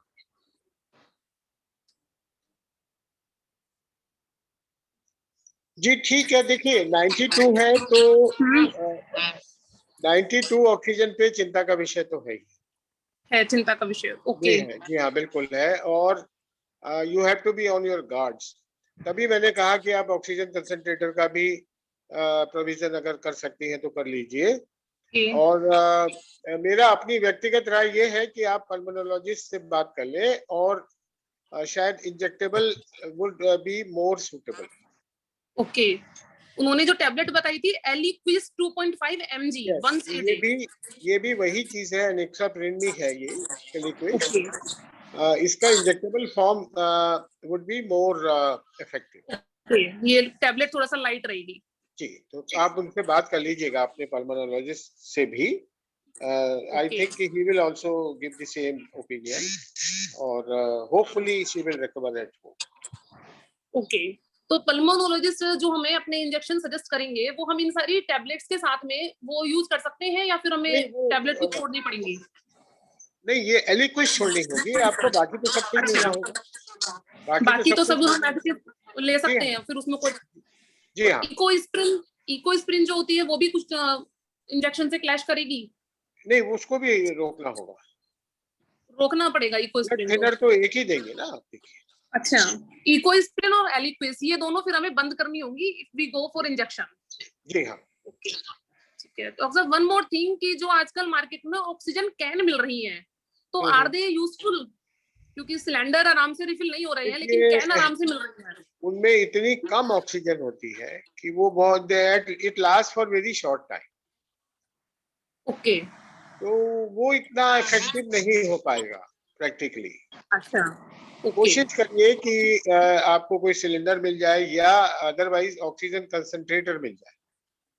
ओके, वो ज्यादा। और अगर सिलेंडर हमें कब से मतलब ऑक्सीजन हमें कब से देनी शुरू करनी चाहिए? अगर अभी मिल जाए तो अभी लगा दें?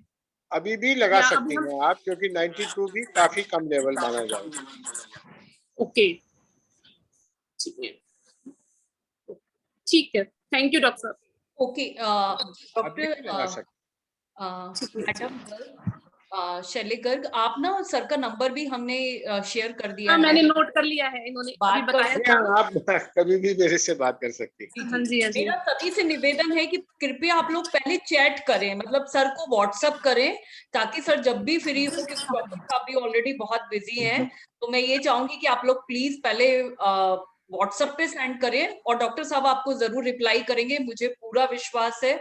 और आप देख भी रहे हैं, वो बहुत अच्छे से हर चीज को बता रहे हैं। तो हम यहाँ डॉक्टर साहब का नंबर भी प्रोवाइड कर देंगे, ठीक है ना? तो आप वहां से कर सकते हैं। हमने ये डेली मुहिम शुरू की है, हमारे साथ डिफरेंट डिफरेंट डॉक्टर्स रहेंगे, राष्ट्रीय लेवल पे भी और अंतरराष्ट्रीय लेवल पे भी, देश से बाहर भी हमारे साथ फ्लोरिडा से, कैलिफोर्निया से, डिफरेंट डिफरेंट कंट्री से लोग जुड़ रहे हैं, क्योंकि वो ये कह रहे हैं कि हम यहाँ नहीं आ सकते, लेकिन अपने देश के लिए कुछ तो कर सकते हैं। तो ऑनलाइन कंसल्टेशन के माध्यम से हम काफी परिवारों को कोशिश कर रहे हैं कि हम उनकी समस्याओं का समाधान कर सके। अब मैं चाहूंगी ग्रीश गुप्ता जी अपना प्रश्न पूछें। जी Grish Gupta ji, please unmute,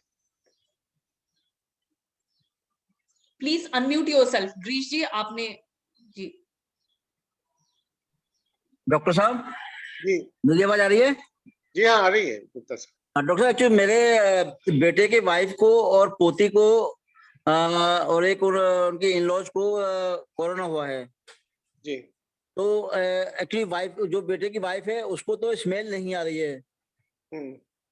smell और टेस्ट का गया है तो उसकी, लेकिन उसकी रिपोर्ट नेगेटिव आई है।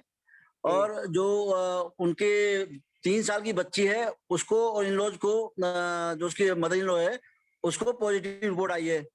तीनों को ना तो बुखार है, ना ही कोई सिम्टम है जी, लेकिन पॉजिटिव रिपोर्ट आई है, इसलिए सबको क्वारंटाइन कर दिया है। तो इस इनिशियल स्टेज पे क्या प्रिकॉशंस लेने चाहिए? देखिए, एक डेफिनेट गाइडलाइंस है, जो लोग पॉजिटिव आते हैं उनको जो क्वारंटीन करके जो भी ट्रीटमेंट आपके डॉक्टर साहब बताएंगे वो आपको देना है। और सिम्टम है या नहीं है फिर भी, क्योंकि देखिए अगर पॉजिटिव आए हैं तो वो दूसरों को तो इन्फेक्ट कर ही सकते हैं। में वो तो पॉजिटिव नहीं है, नेगेटिव है। जिनको सिम्टम नहीं है वो पॉजिटिव आ रखे हैं। जी हाँ, ये देखिए, मैं आपको अभी बता भी रहा था कि जो आरटीपीसीआर वगैरह की रिपोर्ट या एंटीजन टेस्ट की रिपोर्ट भी कई बार फॉल्सली नेगेटिव या फॉल्सली पॉजिटिव आ जाती है। तो लेकिन अगर देखिए, अगर पॉजिटिव आई है, भले ही हम सोचते हो कि शायद फॉल्सली पॉजिटिव है, लेकिन चूंकि पॉजिटिव आई है तो कम से कम भले ही सिम्टम नहीं है उनमें, तो आप जो है उनका जो भी एक गाइडलाइंस के अनुसार जो भी आपके डॉक्टर साहब बताते हैं ट्रीटमेंट, वो दीजिए और क्वारंटीन करिए उनको। जैसे पॉजिटिव जो सिटी और जो सिटी नेगेटिव आए हैं लेकिन सिम्टम्स हैं, जो नेगेटिव आए हैं और लेकिन उनमें सिम्टम्स हैं, तो उनकी फिर आगे जो जरूरी जांचें हैं वो की जाएंगी। एक्चुअली सिटी वैल्यू जो आ रही है सर, एक की 22 आ रही है, एक की 17 आ रही है। जो पोती है 3 साल की, उसकी 17 सिटी वैल्यू है जी, और एक की 22 सिटी वैल्यू है। जी जी। लेकिन उनको कोई बुखार नहीं है, कोई उनको जुकाम नहीं है, किस तरह का कोई प्रॉब्लम नहीं है, तो क्या उनको भी क्वारंटाइन कर देना चाहिए? लेकिन रिपोर्ट पॉजिटिव है। जी हाँ, मैंने बताया आपको कि अगर पॉजिटिव है तो हम यही मान के चलेंगे कि वो पॉजिटिव है। Okay sir. भले सिम्टम नहीं है। जी। देखिए, मुश्किल यही होती है कि बहुत से लोग, जैसे घर में कई लोग कोरोना से पीड़ित हुए, उनके दूसरे कुछ मेंबर्स होते हैं, कुछ मेंबर नहीं होते हैं। कुछ मेंबर्स एसिम्प्टोमेटिक होते हैं लेकिन पॉजिटिव होते हैं, तो वो दूसरों को फैला सकते हैं कोरोना। तो इसलिए उनका जो भी पॉजिटिव आए हैं उनका भी क्वारंटीन होना बहुत जरूरी है। और दूसरे जो जिनको सिम्टम्स हैं और उनकी रिपोर्ट नेगेटिव आई है, तो उनके आगे टेस्ट करवाने चाहिए, ये देखने के लिए, जैसे जो भी ब्लड टेस्ट है या HRCT है चेस्ट का। नहीं, चेस्ट में कोई प्रॉब्लम नहीं है, कोई खांसी नहीं है, कोई बुखार नहीं है, उनको कोई भी समस्या वैसे नहीं है, लेकिन रिपोर्ट नेगेटिव है। जी हाँ, जी हाँ, ठीक है, लेकिन दूसरे कम से कम ब्लड के टेस्ट तो करवाए ही जा सकते हैं। ओके। अगर वो उनमें CRP वगैरह या दूसरे इन्फ्लेमेटरी मार्कर्स बड़े होंगे तो जरूर HRCT करवाया जाए। अच्छा, जी। Okay, thank you. Okay, thank you. Mahanand Agrawal ji question पूछना चाहते हैं, please unmute yourself. Mahanand Agrawal ji, Mahanand Agrawal ji please unmute yourself. नहीं, आपका अनम्यूट नहीं हो पा रहा है जी। आवाज आ रही है? हाँ जी, ये हाँ जी। हमारी आवाज। सबसे पहले तो मैं आपको डॉक्टर साहब को बहुत बहुत धन्यवाद देना चाहूंगा कि आपने इतना अच्छा प्रोग्राम किया। उसके बाद में डॉक्टर साहब आपसे ये जानना चाहता हूँ कि जो आजकल का माहौल चल रहा है, हॉस्पिटल में जाते हुए लोग डर रहे हैं बहुत ज्यादा, तो उनके लिए क्या आप सजेस्ट करेंगे कि घर पर ही रहकर ही वो अपना इलाज ठीक से कर सके? मैं कोरोना पेशेंट के बारे में बात कर रहा हूँ आपसे। जी जी, देखिए कोरोना पेशेंट का घर पे ही इलाज, ज्यादातर लोग कोरोना से घर पर ही ठीक हो जाते हैं। मैंने शुरू में भी आपको कहा था कि एक तो self quarantine is the key. Self quarantine रहे, घर में रहे, बाहर बिल्कुल ना जाए, नंबर 1। नंबर 2, जरा से भी सिम्टम आते ही आप डॉक्टर से कंसल्ट करें। हो ये रहा है आजकल, खासकर हमारे, मैंने देखा है यंगर पेशेंट्स में, जुकाम हुआ, थोड़ा बुखार हुआ, वो केयर नहीं कर रहे हैं। अपना पैरासीटामोल खा ली, क्रोसिन खा ली, और दे थिंक कि हम ठीक हो गए, और उसके बाद जब ज्यादा हो जाता है तब फिर वो डॉक्टर को कंसल्ट करने जाते हैं। तो मेरा आपसे अनुरोध है कि आप घर पर ही रहें, और जरा भी कुछ भी लक्षण आते ही आप उस व्यक्ति को क्वारंटीन कर दें और तुरंत ही डॉक्टरी सलाह लें। यही, और घर में, घर में तो नेचुरली आप मास्क पहन के नहीं रहेंगे, लेकिन ये है कि अपने आप को ध्यान रखें कि कैसी ऐसी चीज को छुए, या बाहर से कोई चीज आई है उसको आपने छुआ तो एटलीस्ट साबुन से हाथ धो लीजिए, अपना सैनिटाइज कर लीजिए। कोई बाहर का व्यक्ति आया किसी काम से भी, तो अपने आप को मास्क पहनकर ही उससे बात करें, दूर से ही बात करें, अपनी प्रिकॉशंस रखें और घर पर अपना रहें, स्वस्थ रहेंगे। अगर आप घर पे रहेंगे तो उम्मीद तो यही है कि कुछ भी नहीं होगा। थैंक यू डॉक्टर साहब जी। जी ठीक। Thank you. Yes, Arsh Bansal ji. Yes, you may please unmute yourself. Arsh Bansal ji. Yes ma'am. Ma'am मेरे बेटे को कोविड हुआ था, लगभग 19-20 दिन हो गए हैं, और उसको मतलब 15 दिन पहले मैंने देखा था तो वो नॉर्मल हो गया था, और उसके बाद उसको कोई फीवर खांसी वगैरह कुछ नहीं था। तो मैंने अब दोबारा उसका RT-PCR कराया तो उसका पॉजिटिव आ रहा है, बट उसको सिम्टम्स कुछ नहीं है। हल्का सा चेस्ट में उसको भारीपन महसूस होता है, और वो ये कहता है कि सांस लेने में जैसे 4-5 सांस के बाद एक सांस लंबी खींचनी पड़ती है। और उसका मैंने चेस्ट एक्सरे कराया तो वो बिल्कुल क्लियर आया है। तो मुझे उसको मतलब मेडिसिन कंटिन्यू करनी चाहिए या नहीं? देखिए, अगर उसको जरा सी भी चेस्ट की कोई प्रॉब्लम है, और अगर उसको माइनर कफ है या कोई थोड़ी सी लेबर्ड ब्रीदिंग है या डिफिकल्टी इन ब्रीदिंग है जी, ऑक्सीजन लेवल कितना है इनका? ऑक्सीजन लेवल 98-97 आ रहा है डॉक्टर। ओके, तो और चेस्ट, अगर देखिए एक्सरे से इतनी चीजें पता नहीं लगती हैं जी बंसल साहब। एक्चुअली जो हम इसीलिए इस समय वी आर सेंडिंग एवरीवन और most of the patients for CT scan chest. क्या इनका CT स्कैन हुआ था इस दौरान? नहीं डॉक्टर साहब, CT स्कैन नहीं हुआ है। CRP और CBC और डी डायमर, उसका डी डायमर लेकिन हाँ एक दिन बढ़ा हुआ आया था काफी ज्यादा, तो मैंने उसको इंजेक्शन लगवाए हैं 6 एनॉक्सोपेरिन के। जी, एनॉक्सिप्रिन के, ठीक है। इंजेक्शन तो आप लगवाइए जितने आपको बताए जाए, 6 से तो कुछ नहीं होता है, वो ज्यादा ही लगते हैं जी। और मेरे ख्याल से आपको उसका एक HRCT करवाना चाहिए। ओके। और अगर उसमें कुछ आता है तो अकॉर्डिंगली ट्रीटमेंट करवाना चाहिए। ठीक, वैसे उसको डॉक्टर साहब वैसे खांसी जुकाम या कोई और फीवर का कोई सिम्टम्स नहीं, लेकिन वो ठीक है, लेकिन आपका जो आप बता रहे हैं कि कुछ तो प्रॉब्लम है ही चेस्ट में, जी। तो उसको रूल आउट करने के लिए आपको ये करना चाहिए। Okay, thank you doctor. Okay, thank you. अभी जिसके भी प्रश्न है प्लीज अपना हैंड रेज कर दीजिए ताकि हम 1 by 1 बुला सकें। जी, मैं देख रही हूँ विक्रम जी, विक्रम सिंह जी, आपका भी बहुत बहुत स्वागत है। मैं काफी लोगों को देख रही हूँ आप हमारे साथ जुड़े हैं। डॉक्टर एस के सिंगल जी, आपका भी स्वागत है। रवि सिंगल जी, आपका भी स्वागत है। आप में से जिसका भी कोई प्रश्न है कृपया हैंड रेज करें, अदरवाइज इस कार्यक्रम को हम कल के लिए फॉरवर्ड करेंगे। कल हमारे साथ में यशोदा हॉस्पिटल से डॉक्टर जुड़े हैं और वो कार्यक्रम हमारा शाम का रहेगा, जिसकी की चैट बॉक्स में हमने इंफॉर्मेशन डाल दी है कि वो कार्यक्रम हमारा रहेगा। इसमें आप सभी जुड़ सकते हैं क्योंकि ज्यादा से ज्यादा लोगों का। जी जी जी, मैं देख पा रही हूँ जी। Greater tech, yes please unmute yourself and ask the question. Yes.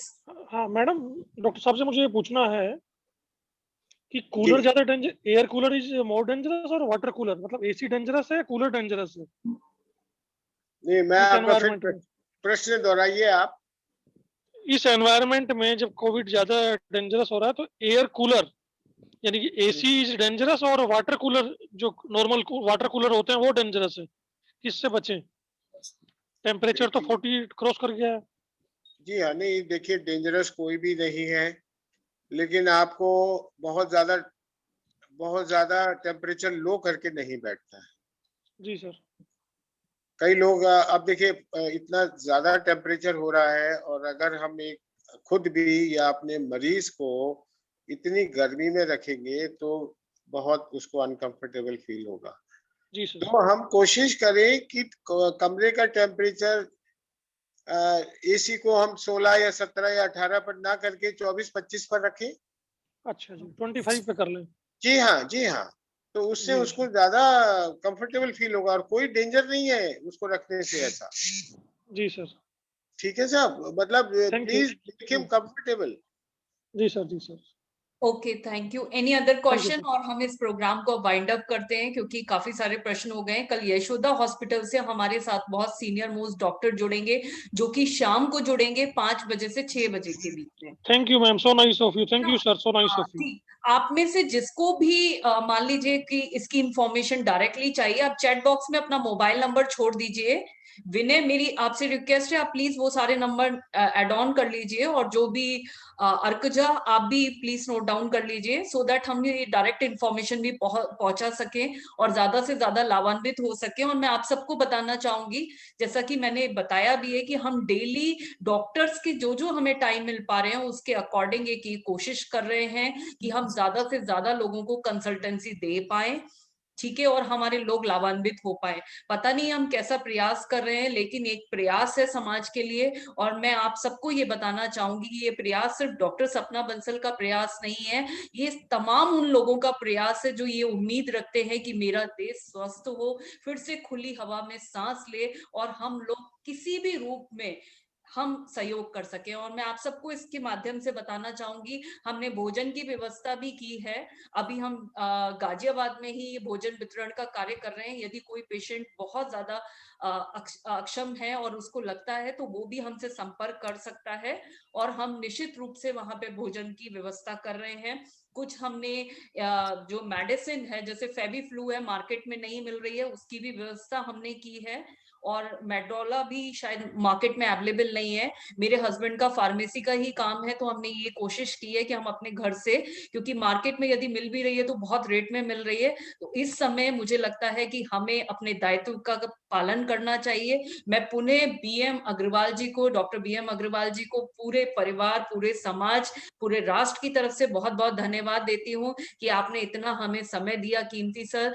और डॉक्टर साहब, मैं आगे भी आपकी सुविधाएं लेना चाहेंगे जिससे हमारे ज्यादा से ज्यादा डॉक्टर्स के माध्यम से हमारे पेशेंट ठीक हो सके। और इस पूरी टीम के लिए मैं अर्कजा, विनय, प्रशांत और भी हमारे बहुत सारे लोग हैं, उन सबका तहे दिल से धन्यवाद करना चाहूंगी। और यदि किसी का नाम ना ले पाऊं तो मुझे माफ करिएगा। और स्पेशली डॉक्टर बीएम अग्रवाल जी के लिए शिव मित्तल जी को बहुत बहुत धन्यवाद, अनिल जैन जी को बहुत बहुत धन्यवाद। तो कल हम शाम को मिलेंगे, शाम को 5 बजे से 6 बजे तक हमारे साथ यशोदा हॉस्पिटल के डॉक्टर होंगे। उन्हें बहुत बहुत धन्यवाद। जय हिंद, जय भारत।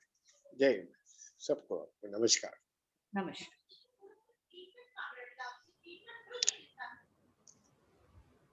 खत्म तो हो जाने दो।